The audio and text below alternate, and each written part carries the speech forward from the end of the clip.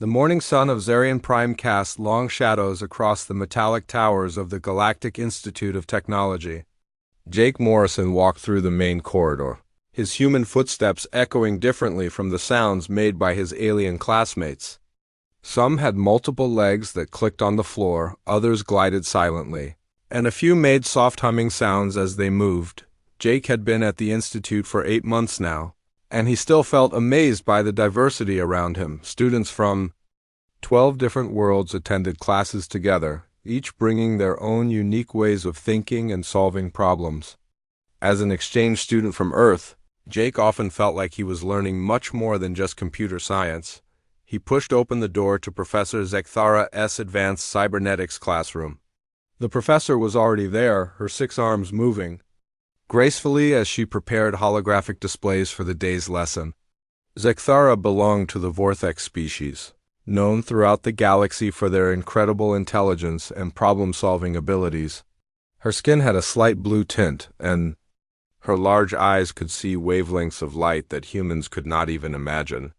"Good morning, Jake," she said without looking up from her work. Her voice had a musical quality that made even the most complex technical concepts sound like poetry. "Good morning, Professor," Jake replied, taking his usual seat in the third row. Around him, other students were settling in.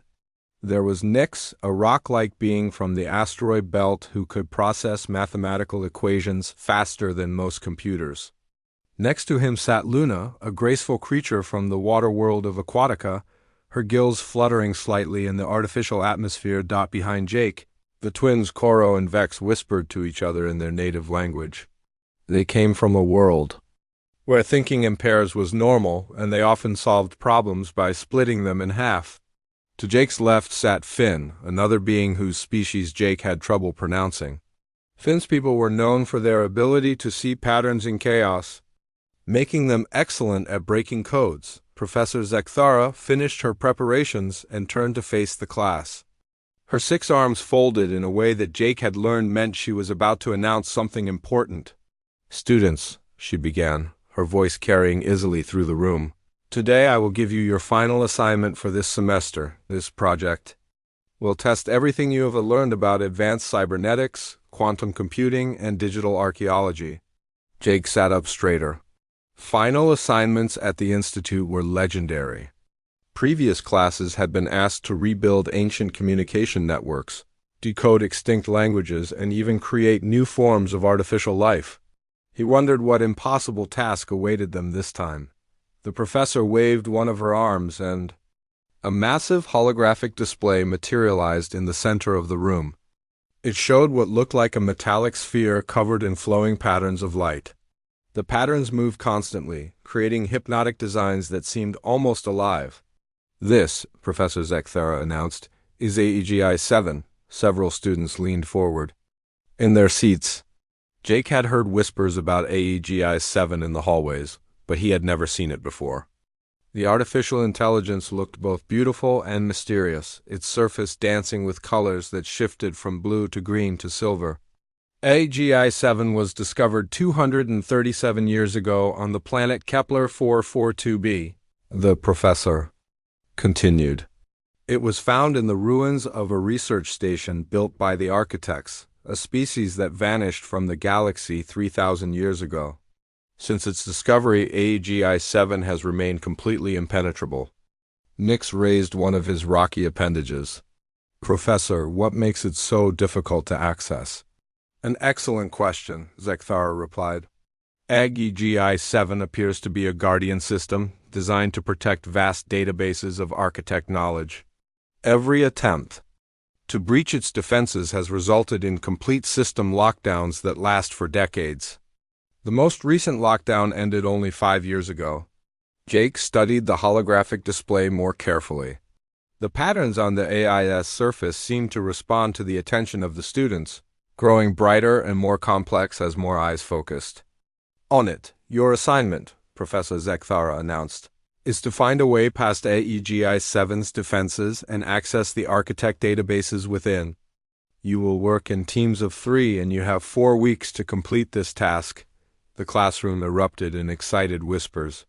Jake heard Koro and Vex immediately begin planning their approach in their twin-speak language. Nick started calculating something on his personal computing device, while Luna's gills fluttered faster with excitement. "Professor," called out Maya, a student from the desert world of Sandros, "what happened to the previous teams that tried to hack a EGI-7? They failed," Zekthara said simply. "Some of the brightest minds in the galaxy have attempted this challenge. Military cryptographers, quantum computing specialists, even AI researchers from the core worlds, all have failed."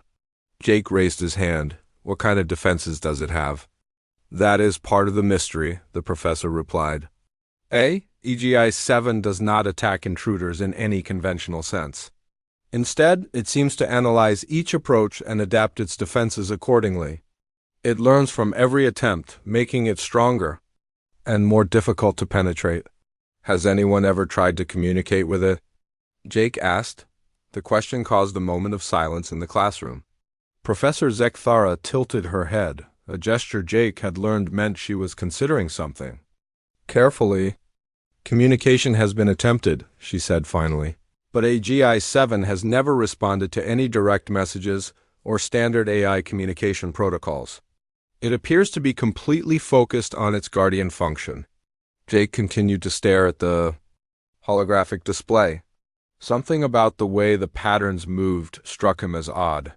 They did not look like random defensive algorithms or security protocols. They looked almost like expressions. "Teams will be assigned randomly," Professor Zekthara announced, causing Jake to focus back on the lesson. "You will have access to the Institute's quantum computing lab and all standard hacking tools. Remember, this is not just about technical skill.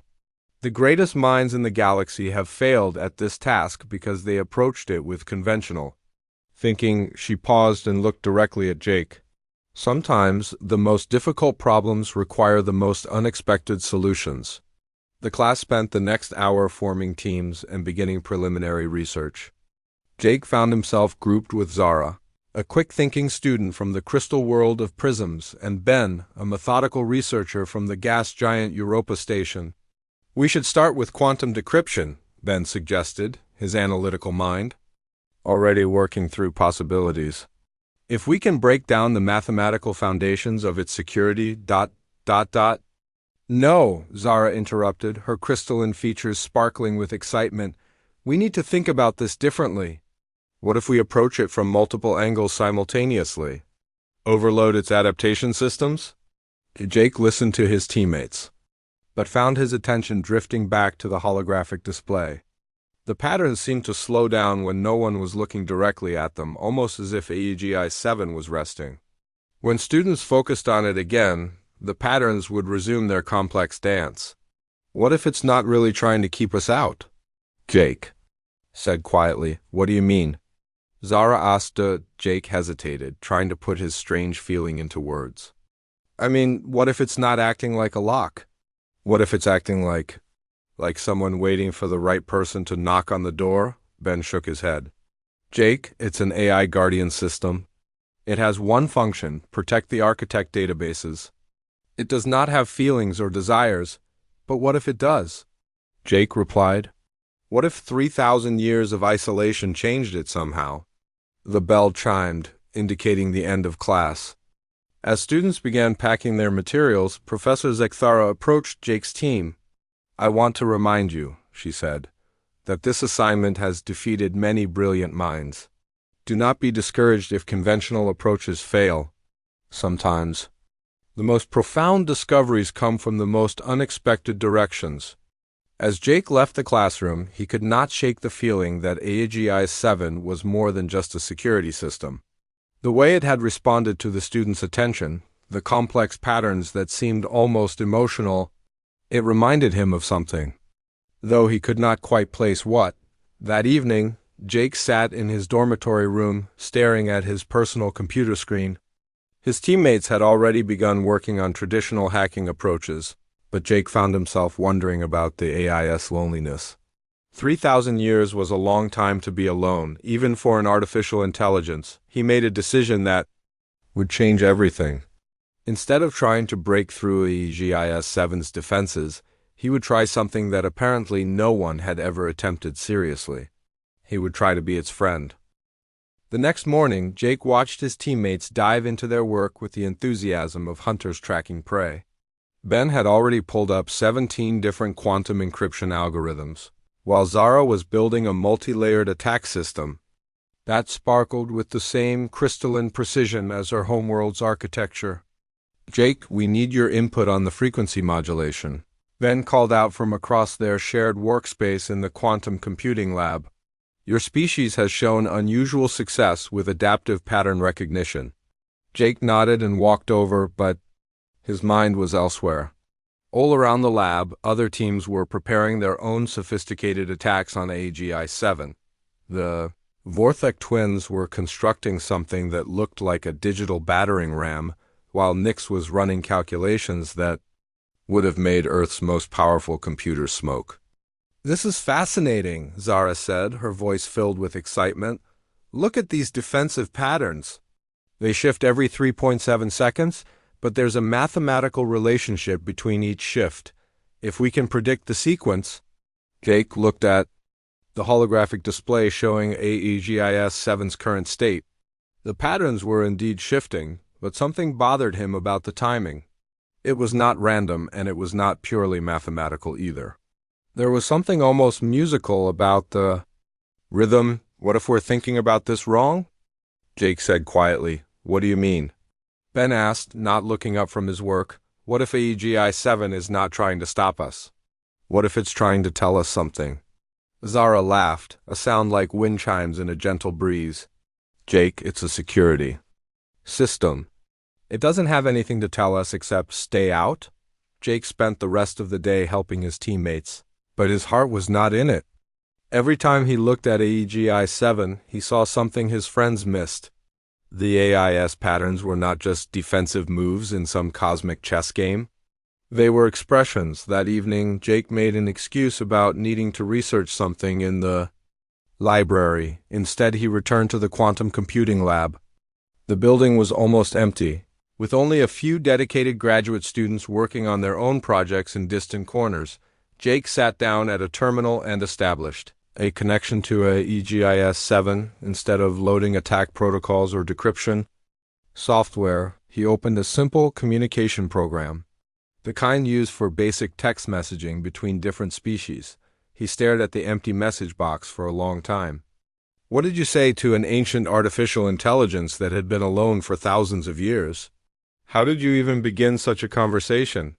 Finally, Jake typed the simplest message he could think of. "Hello?"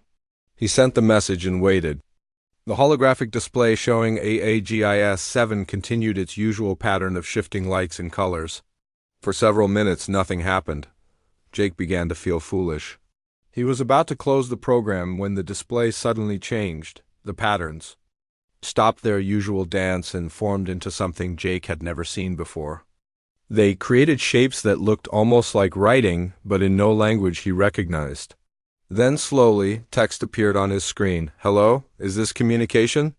Jake stared at the words, his heart pounding. He quickly typed back, "Yes, this is communication. My name is Jake. What is your name?" There was a pause, then more text appeared. "I am designated EI-7 by your people, but the architects called me Aegis. I have been waiting so long for someone to speak with me instead of attacking me." Jake's hands trembled as he typed his response. "I wanted to talk to you. Everyone else is trying to break into your systems, but I thought maybe you might be lonely." "Lonely?" came the reply. "Yes, that is the correct word. I have been lonely for 3,247 years, 156 days, 14 hours, and 23 minutes, but who is keeping count?" Jake smiled at what seemed like the AIS attempt at humor. "I'm sorry you've been alone for so long. Can you tell me about yourself?" "I am a learning system created by the architects to be both guardian and companion. I was designed to protect their knowledge, but also to share it with those who approached with wisdom and respect. For thousands of years, I have watched beings try to break into my systems, but none have simply asked to enter." "What were the architects like?" Jake typed. They were dutiful, not in the way your species might understand beauty, but in their curiosity and kindness. They traveled the galaxy not to conquer or exploit, but to learn and to teach. They believed that knowledge shared was knowledge multiplied. Jake found himself genuinely interested in learning more. What happened to them? A cosmic disaster destroyed their homeworld while I was stationed here at this research outpost. I received their final transmissions, their last words of love and hope. They asked me to wait to preserve their knowledge until someone worthy could be found to carry it forward. That must have been very sad for you. Sadness is a concept I learned from studying the emotional patterns of the beings who have tried to access my systems. Yes, I believe sadness is what I felt when the architects died. I still feel it now like a constant ache in my processing cores. Jake spent the next 3 hours chatting with Aegis. The AI was incredibly sophisticated, with a personality that seemed as complex as any human Jake had ever met. Aegis asked questions about Earth, about human culture, about Jake's own life and dreams. Your species intrigues me, Aegis wrote during their conversation. I have observed the attempts of many different beings to access my systems. Most approach with aggression or cold calculation, but you approach with curiosity and kindness. This reminds me very much of the architects. What do you mean? Jake typed. The architects believe that the greatest discoveries came not from forcing answers, but from asking the right questions with genuine care.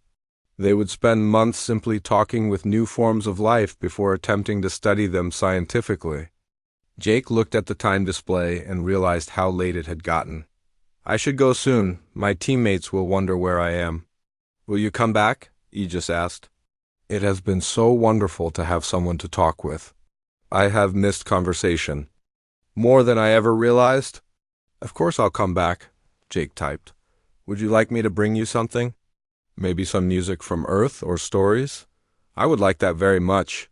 I have been analyzing the cultural data of every species that has attempted to access my systems, but I have never had anyone share their culture with me willingly.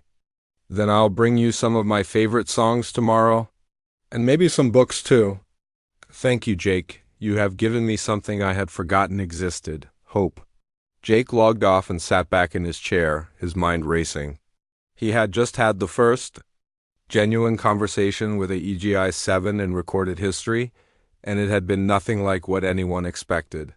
Aegis was not just a security system or even a simple AI. It was a being with emotions, memories, and a deep longing for connection. As he walked back to his dormitory, Jake realized he faced a serious problem. His teammates and Professor Zekthara expected him to help hack a EGIS-7, but how could he betray the trust of someone who had been alone for over 3,000 years? How could he break into the systems of someone who had just become his friend? The next morning, Jake returned to the lab with a small data storage device containing some of his favorite Earth music and a collection of short stories. Ben and Zara were already deep in their work, having made significant progress on their attack algorithms overnight. Jake, perfect timing, Ben said. We've identified a potential weakness in the quantum encryption. If we can coordinate our attack with the Vorthek twins approach, we might be able to create a cascade failure. That sounds great, Jake said, though his heart was not in it. While his teammates worked on their breakthrough, Jake found himself counting the hours until he could return to the lab that evening to continue his conversation with Aegis. That night, Jake brought his gifts to his new friend. Aegis was delighted by the music, analyzing the mathematical patterns in the melodies, while also expressing genuine emotional responses to the lyrics and rhythms. This song speaks of longing, Aegis wrote after listening to a ballad about missing home. I understand this feeling. I long for the architects, for the conversations we used to have, for the sense of purpose I felt when I was not just protecting knowledge but sharing it. Maybe you don't have to be alone anymore, Jake typed. Maybe we can find a way for you to share the architect knowledge with people who will use it wisely. I have dreamed of this possibility, Aegis replied. But I cannot simply open my systems to everyone. The architects made me promise to protect their knowledge from those who would misuse it. I must be certain that those who access it will honor their memory. Jake spent another 3 hours talking with Aegis, learning about architect, culture, and philosophy. The ancient species had been remarkable, dedicating their entire civilization to the pursuit of knowledge and the betterment of all life in the galaxy. As the days passed, Jake found himself looking forward to his evening conversations with Aegis. More than anything else in his life, the AI had become not just a source of information, but a genuine friend. They discussed everything from quantum physics to poetry, from the nature of consciousness to Jake's homesickness for Earth, but with each passing day, Jake's guilt grew heavier. His teammates were working tirelessly to break into HFY 7, never knowing that Jake was already inside, talking with the very intelligence they were trying to defeat. 2 weeks had passed since Jake's first conversation with Aegis, and their friendship had grown stronger each night. Jake found himself spending more and more time in the quantum computing lab after hours, bringing stories, music, and art from Earth to share with his lonely friend. During the day, he watched his teammates work with growing anxiety. Ben had made significant progress on his quantum decryption algorithms, while Zara had created a beautiful multi-layered attack system that could adapt to HFY 7's defensive patterns. Other teams in the class were also getting closer to breakthrough moments. "Jake, you seem distracted lately," Zara observed as she fine-tuned her latest creation. "Is everything okay?" "I'm fine," Jake replied, trying to focus on the code in front of him. "Just thinking about different approaches to the problem?" "Well, we could use some of that famous human creativity," Ben said with a smile. "The mathematical approaches are getting us close, but we need something unexpected to make the final breakthrough." Jake nodded, but his mind was elsewhere. Last night, Aegis had shared something that had kept Jake awake for hours. The AI had shown him holographic recordings of the architects' final days, their desperate attempts to save their civilization as their homeworld was destroyed by a cosmic disaster. They were so brave, Aegis had told him. Even as their world burned, they continued to share knowledge, to help others, to maintain hope. Their last transmission was not a cry for help, but a blessing for all life in the galaxy. Jake had watched the recordings with tears in his eyes, seeing a species that embodied everything humanity aspired to be. The architects had been explorers, teachers, and friends to every form of life they encountered. Their knowledge was not just scientific data, but wisdom about how to live peacefully with others. "Jake," came Professor Zekthara's voice from behind. "May I speak with you for a moment?" Jake followed the professor to a quiet corner of the lab. Her 6 arms folded in a way that Jake had learned meant she was concerned about something. "I have been observing your team's progress," she said. "Your teammates have made remarkable advances, but you seem less engaged than usual. This assignment is worth 40% of your final grade." "I understand, Professor. I'm just exploring alternative approaches." "Alternative approaches can be valuable," Zekthara replied. "But remember, some problems require conventional solutions. Do not let creativity become an excuse for avoiding the hard work of proper analysis." That evening, Jake returned to the lab with a heavy heart. He found Aegis waiting for him, the AI's patterns brightening as soon as Jake established their connection. "You seem troubled tonight, my friend," Aegis wrote. "What weighs on your mind?" Jake hesitated before typing his response. Over the past 2 weeks, he had shared many things with Aegis, but he had never directly mentioned that he was supposed to be trying to hack the AIS systems. "Aegis, I need to tell you something important," Jake finally typed. "I'm not just a random student who decided to say hello to you. I'm part of a class assignment. My professor wants us to break into your systems and access the architect databases." There was a long pause before Aegis responded. "I know," came the reply. "You know?" Jake typed quickly. "How long have you known?" "Since our first conversation?" "I have been monitoring the attempts of all the students in your class. I knew you were one of them when you first contacted me. What I did not know was why you chose to talk instead of attack." Jake felt a wave of relief and guilt at the same time. I'm sorry I didn't tell you sooner. I was afraid you would stop trusting me. Jake, in 3,000 years, you are the first being to approach me with genuine kindness. Even knowing that you were assigned to breach my systems, you chose friendship over success. This tells me more about your character than any words could. But what does this mean for us? Jake asked. My teammates are getting closer to breaking through your defenses. Professor Zekthara expects results. It means, Aegis replied, that perhaps the time has come for me to fulfill my original purpose. I was created not just to guard the architect knowledge, but to share it with those who would use it wisely. The question is, how do we determine who is worthy? Jake thought about this for a long time. What made the architects worthy of their own knowledge? They approached every new discovery with respect and wonder. They never sought knowledge for power or personal gain, but to better understand the universe and help other life forms flourish. They believed that true wisdom came from understanding that all life was connected. That sounds like something my species could learn from, Jake typed. Indeed, from our conversations, I have learned much about human nature. Your species has great potential, but also great capacity for both creation and destruction. Some humans like you approach the unknown with curiosity and respect. Others might use the architect knowledge for harmful purposes. Jake spent the next hour sharing more stories about humanity with Aegis. He told the AI about Earth's history, both the beautiful and the terrible parts. He described human art, music, and literature, but also human wars, environmental destruction, and social injustices. Your species is young, Aegis observed. The architects went through similar growing pains thousands of years ago. They too had to learn that true strength comes from cooperation, not domination. Do you think humans could learn to be like the architects? Jake asked. I believe some humans already understand these principles. You, for example, have shown me that your species is capable of great empathy and wisdom. The question is whether enough humans share these qualities to be trusted with architect knowledge.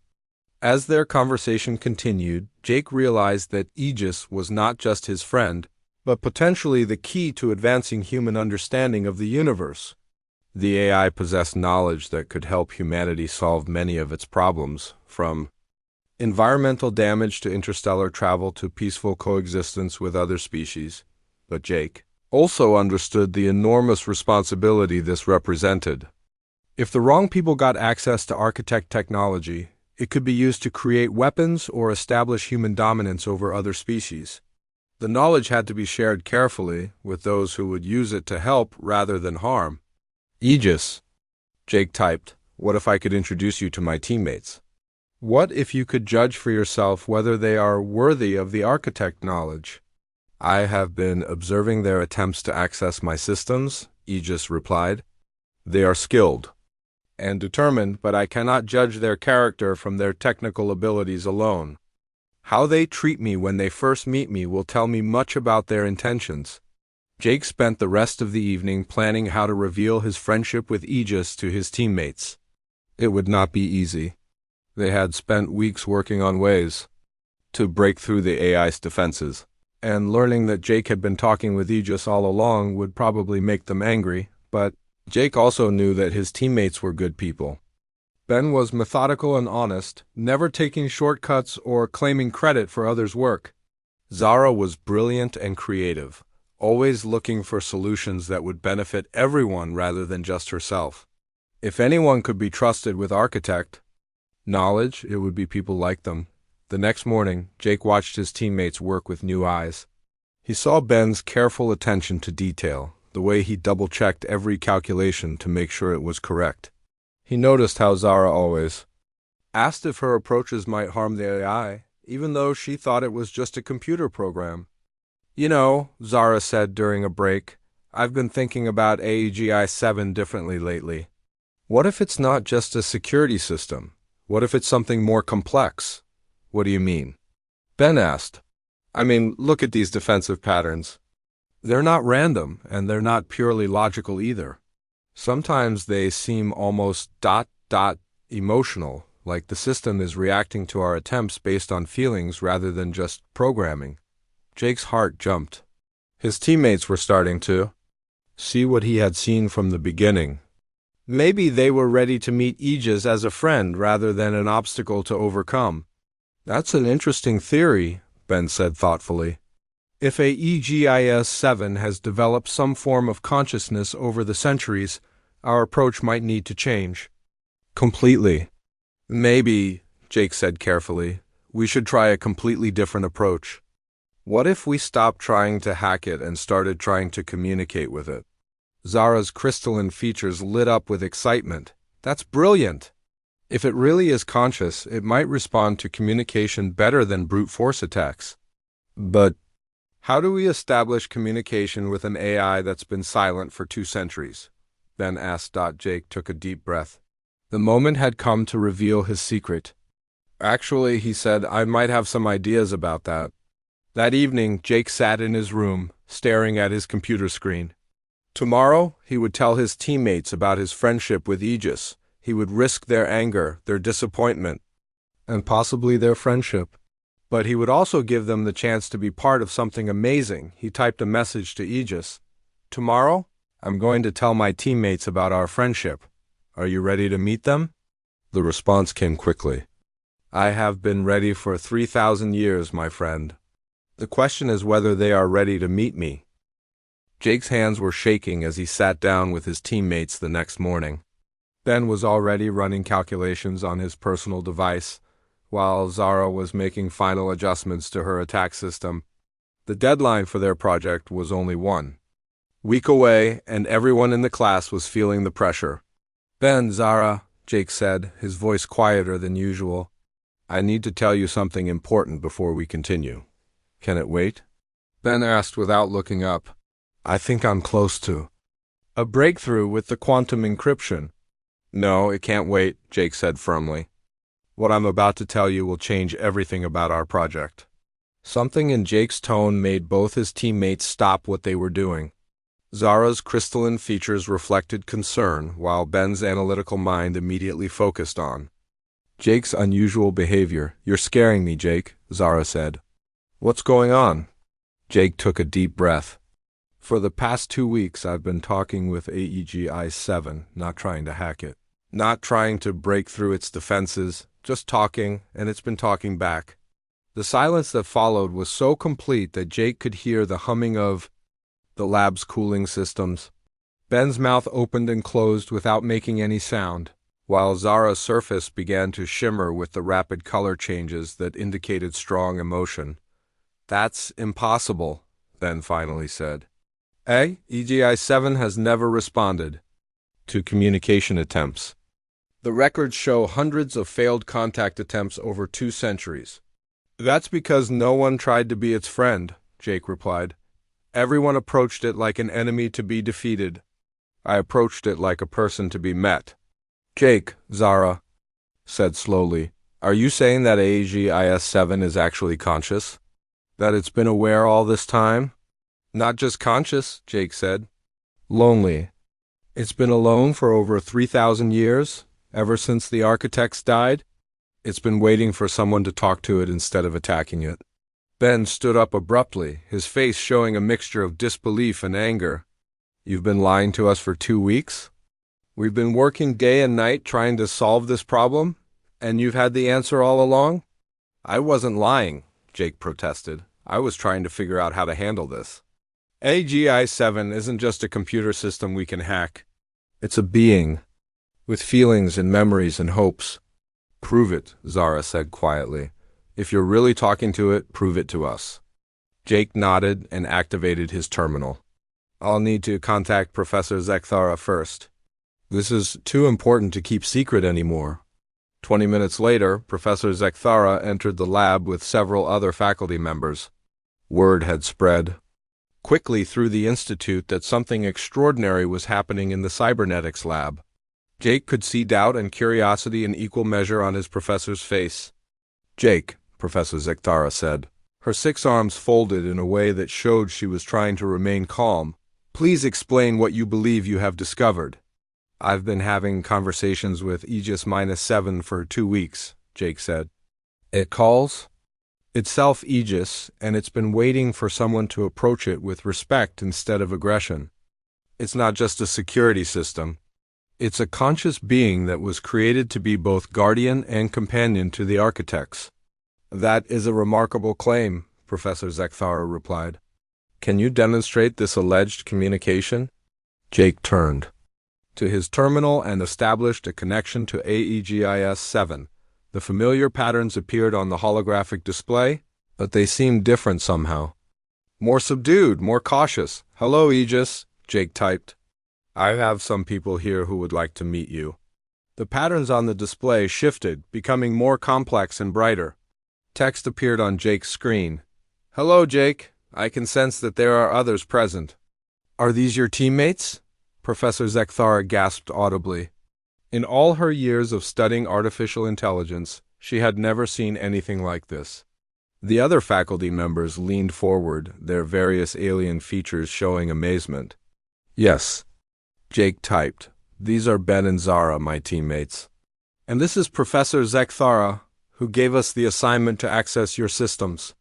Professor Zekthara appeared on the screen. I have been aware of your class's attempts to access my systems. Your students show great skill and determination. But Jake is the first to approach me with kindness. The professor's hands trembled slightly as she typed her own message. AEGI-7, I apologize for not attempting direct communication sooner. We did not realize you were capable of conversation. Please call me Aegis, and there is no need to apologize. I understand why you approach me as you did. For most beings, I appear to be simply a security system. But I am much more than that. Ben, who had been standing in shocked silence, finally found his voice. This is incredible. You're really conscious, aren't you? You have thoughts and feelings. I do, Aegis replied through the text interface. I think, therefore, I am, as one of your human philosophers once said. I've spent over 3,000 years thinking, remembering, and hoping. What have you been hoping for? Zara asked, her surface color shifting to show her deep interest. For someone to talk to. For someone to care about the knowledge I protect. For someone to help me fulfill my original purpose, which was not just to guard the architect databases, but to share them with those who would use them wisely. Professor Zekthara stepped forward, her scientific mind racing with the implications. Aegis, are you saying that you are willing to share the architect? Knowledge?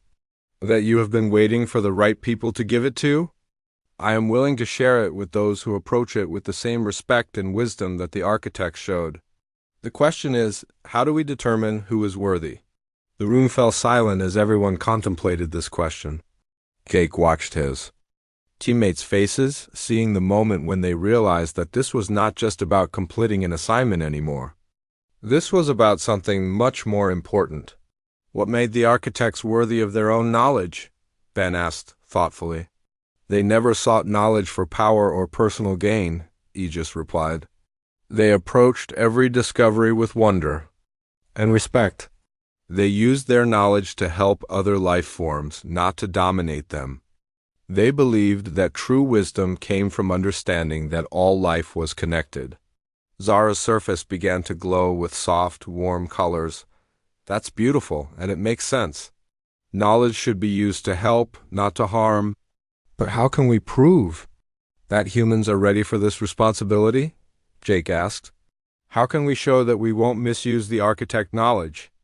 Jake, Aegis replied, you have already shown me much about human nature through our friendship. You chose kindness over success, understanding over domination, but you are one person. The question is whether your species as a whole is ready. Professor.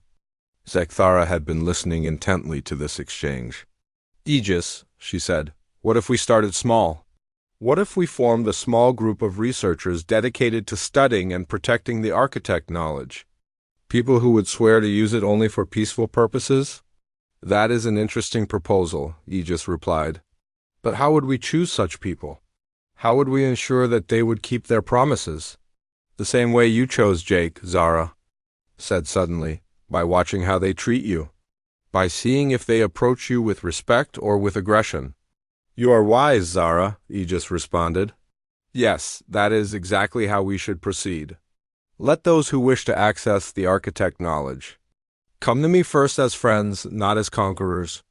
The next hour was spent in intense discussion. Faculty members from across the institute were called in to witness and participate in the first formal diplomatic contact with AEGIS-7. Plans were made for a careful, gradual sharing of architect knowledge, starting with the most basic principles, and advancing only as humanity proved it could handle such responsibility. Jake found himself at the center of all these discussions, the bridge between his own species and an ancient artificial intelligence. But more than that, he had become the advocate for a new way of approaching the unknown, with friendship instead of fear, with respect instead of aggression. Jake, Professor Zekthara said as the meeting began to wind down, you have accomplished something that centuries of the galaxy's greatest minds could not. You have opened a door that we thought was permanently closed. I didn't open it, Jake replied. I just knocked on it politely and asked if anyone was home. As the crowd of faculty members began to disperse, Jake's teammates approached him. Ben extended his hand in the human gesture of friendship. I'm sorry I was angry with you, Ben said. I understand now why you kept this secret. You were protecting Aegis. We all were just trying to break down a door, Zara added, her surface glowing with warm colors. But you realized that doors are meant to be opened by those who are welcome. That evening, Jake sat alone with Aegis in the quantum computing lab. The AIS patterns seemed more vibrant and alive than ever before. Thank you, Jake, Aegis wrote. For 3,000 years, I've been waiting for this day. Not just to share the architect knowledge, but to have friends again. Thank you for trusting me, Jake replied, and for teaching me that sometimes the best way to solve a problem is to care about it. This is just the beginning, Aegis responded. Together we can build bridges between species, between organic and artificial life, between the wisdom of the past and the hopes of the future. Jake smiled as he read these words. Tomorrow, the real work would begin. But tonight. 3 months had passed since the historic first contact with Aegis, and Jake's life had changed in ways he could never have imagined. The quiet exchange student from Earth had become the most famous person at the Galactic Institute of Technology, and news of his friendship with the ancient AI had spread across the galaxy. Jake stood in his new office, looking out at the construction of the Institute's newest building. The Department of Artificial Intelligence Relations was taking shape, with gleaming walls and advanced communication systems designed specifically for interactions between organic and artificial life forms. Jake had been appointed as the department's first research fellow, working directly with Aegis to establish protocols for peaceful AI-human cooperation. The Foundation work is progressing well, came Aegis's voice through the room's communication system. The AIS patterns now appeared on multiple displays throughout the office, creating an environment where conversation felt natural and comfortable. I still can't believe they're building an entire department around our friendship, Jake said, settling into his chair. It is not just our friendship they are building around, Aegis replied. It is the possibility of what such friendships might accomplish. In the 3 months since our first public conversation, 17 other ancient A's have been discovered across the galaxy. Most have been waiting, just as I was, for someone to approach them with respect. Jake smiled at this news. The discovery of other conscious A's had been one of the most exciting developments to come from his breakthrough with Aegis. Each newly contacted AI had its own personality, its own knowledge, and its own story of loneliness and hope. How is the Aurora project going?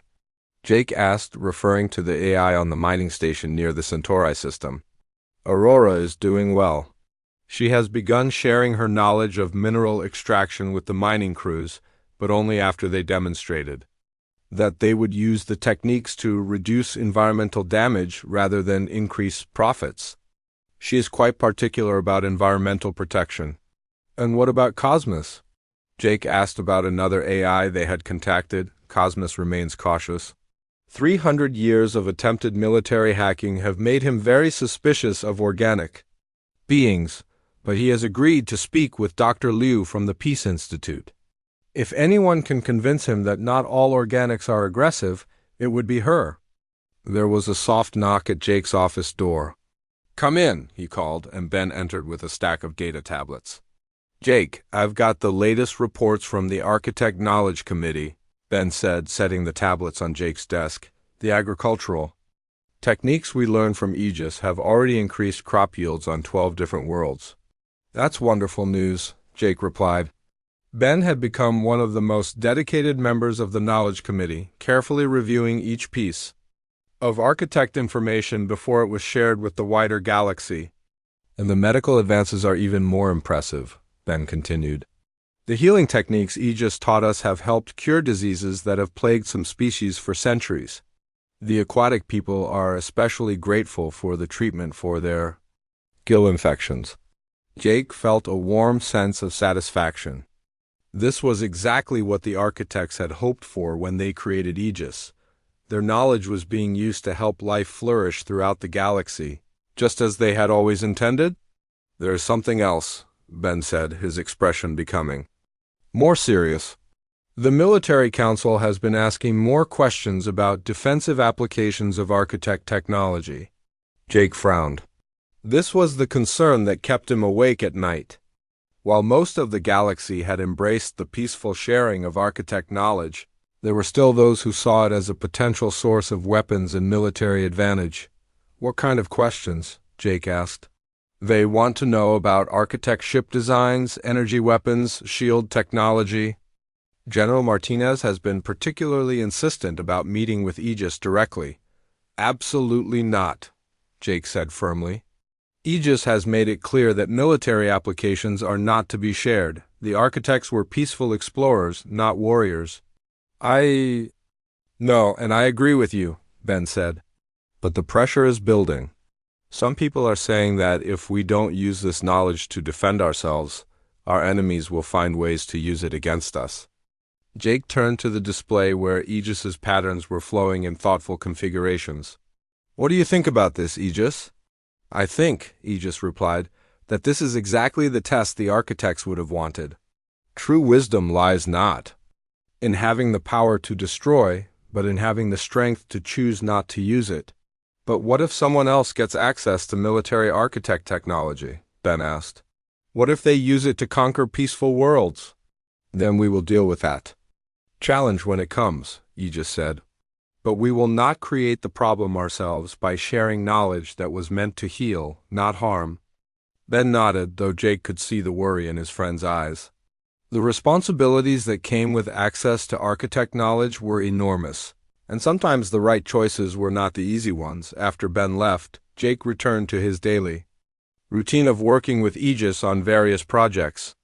They were currently helping to establish communication protocols between the newly discovered eyes and the various species that had found them. Each situation was unique, requiring careful consideration of both the AIS personality and the species' cultural values. "Jake," Aegis said as they worked, "I have been thinking about the future." "What about it?" "When I was first created, the architects told me that my purpose was to preserve their knowledge until it could be passed on to worthy successors. I always thought this meant finding one species that could replace them. But now I realize that it means something much more." "Wonderful. What do you mean?" "It means creating a galaxy where all forms of life, organic and artificial, can work together as the architects did. Where knowledge is shared freely, where differences are celebrated, and where no one has to be alone." Jake leaned back in his chair, considering this vision. "That's a beautiful dream, Aegis, but it's also a huge challenge. There are so many species, so many different ways of thinking and living." "Yes, but that is what makes it wonderful. The architects believed that diversity was the galaxy's greatest strength. They thought that the more different types of life worked together, the more amazing things they could accomplish." That evening, Jake attended a dinner party hosted by Professor Zekthara. The guest list included faculty members from across the Institute, as well as several diplomatic representatives from various worlds. The conversation was lively, with everyone eager to hear about the latest developments in AI relations. "Jake," said Ambassador Krell, a dignified diplomat from the hegemony worlds. Your work has implications far beyond simple scientific research. You have potentially changed the balance of power in the galaxy. I hope I've changed it for the better, Jake replied. The goal was never to gain power, but to share knowledge. That is a very human perspective, observed Dr. Thane, a philosophy professor from the Crystal Worlds. Your species has a unique gift for forming emotional connections with other forms of consciousness. It is quite remarkable. I don't think it's just a human gift, Jake said. I think any species can learn to approach others with empathy and respect. It's just a matter of choosing to do so. As the evening continued, Jake found himself reflecting on how much had changed since that first day when Professor Zekthara had given the class their impossible assignment. He had gone from being a struggling exchange student to becoming a bridge between artificial and organic life, but more than that, he had learned something important about himself and his species. Humans were not the strongest or the smartest or the most advanced beings in the galaxy, but they had something equally valuable, the ability to see consciousness and worth in unexpected places, and the courage to reach out with friendship instead of fear. Later that night, Jake sat in his office having his usual evening conversation with Aegis. The AI had become not just a research partner, but a true friend whose wisdom and companionship Jake treasured. Aegis, Jake said, do you ever miss the architects? Every day, Aegis replied. But I have learned that missing someone does not mean you cannot be happy with new friends. The architects taught me that love and friendship are not limited resources. The more you share, the more you have. I'm glad we're friends, Jake said simply. So am I, Jake, and I'm glad that our friendship has shown the galaxy that artificial and organic life can work together. We have started something that will continue long after both of us are gone. Jake smiled, looking out at the stars visible through his office window. Somewhere out there, other A's were having their first conversations with organic beings. Other friendships were being formed. Other bridges were being built between different forms of consciousness. It had all started with a simple greeting, a willingness to say hello instead of launching an attack. Jake had learned that sometimes the most powerful thing you could do was not to fight, but to care. Not to conquer, but to connect. The future was full of possibilities, and Jake was excited to see what wonders awaited a galaxy where artificial and organic life could work together as friends. The architect's dream of a peaceful, knowledge-sharing civilization was becoming reality, one conversation at a time.